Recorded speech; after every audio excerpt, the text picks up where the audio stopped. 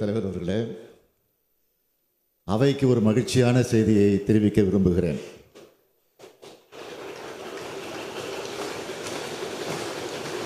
சற்று முன்பு வரலாற்று சிறப்புமிக்க தீர்ப்பை நமது தமிழ்நாடு அரசு பெற்றுள்ளது.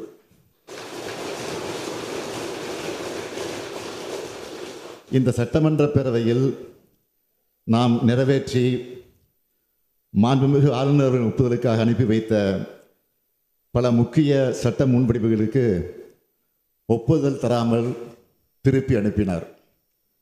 அந்த நிலையில் அவற்றை நாம் மீண்டும் இங்கே நிறைவேற்றி அனுப்பி வைத்தோம்.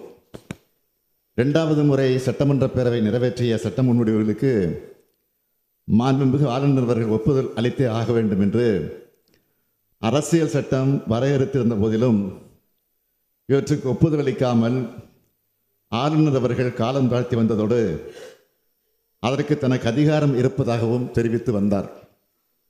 இதனை எதிர்த்து தமிழ்நாடு அரசு மாண்புமிகு உச்சநீதிமன்றத்தில் வழக்கு தொடுத்ததில் தமிழ்நாடு அரசின் வாதத்தில் இருந்த நியாயத்தை ஏற்று மாண்புமிகு ஆளுநர் அவர்கள் நிறுத்தி வைத்திருந்தது சட்டவிரோதமானது என்றும்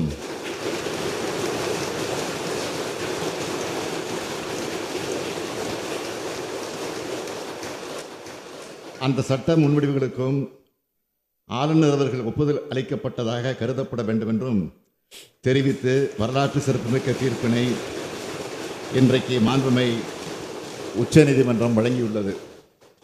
இந்த தீர்ப்பு தமிழ்நாட்டுக்கு மட்டுமின்றி இந்தியாவில் உள்ள அனைத்து மாநில அரசுகளுக்கும் கிடைத்த மாபெரும் வெற்றியாகும்.